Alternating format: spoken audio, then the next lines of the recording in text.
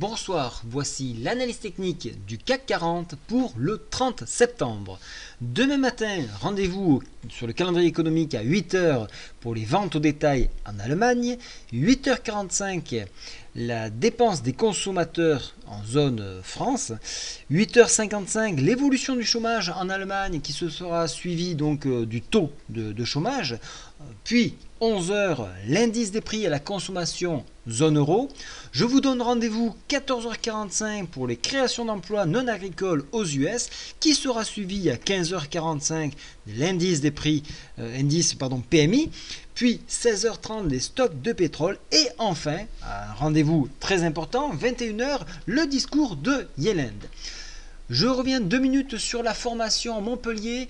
Les places sont pleines. Je vous donne donc rendez-vous le 7 novembre pour la prochaine saison du LCB Tour, pour le prochain rendez-vous à Aix-en-Provence. Donc réservez votre formation à lecontactboursier.com, à gmail.com, de façon à ce que je vous procure donc le calendrier de ce rendez-vous et également le contenu de cette formation.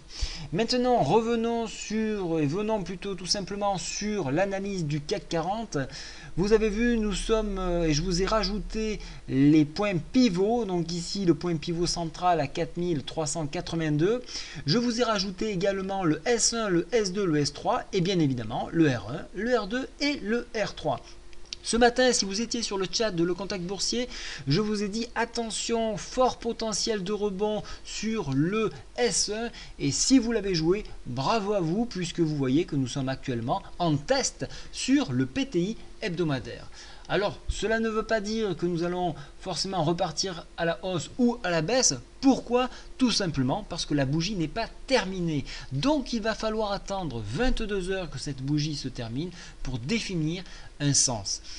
En dépassement du PTI, nous irons chercher le point pivot à 4382 et par extension, et là ça va être très délicat, vous avez une très grosse résistance puisque nous avons à la fois la MM7, nous avons le R1 et le retracement Fibo 78,6%.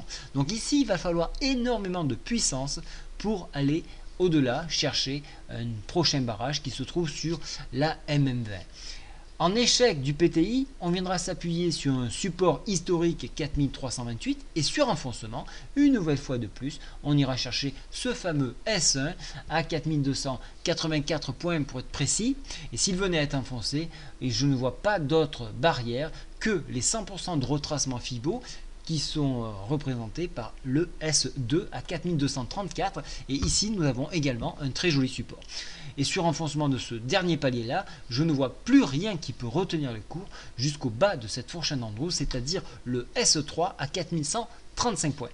D'un point de vue indicateur, nous offrons toujours un courant baissier, tout comme graphique ici. Donc je recommande vivement d'attendre la fin de cette bougie pour savoir si ce PTI hebdomadaire à 4349 va être préservé pour définir un sens plus marqué. Je vous souhaite à tous une très bonne soirée. Au revoir.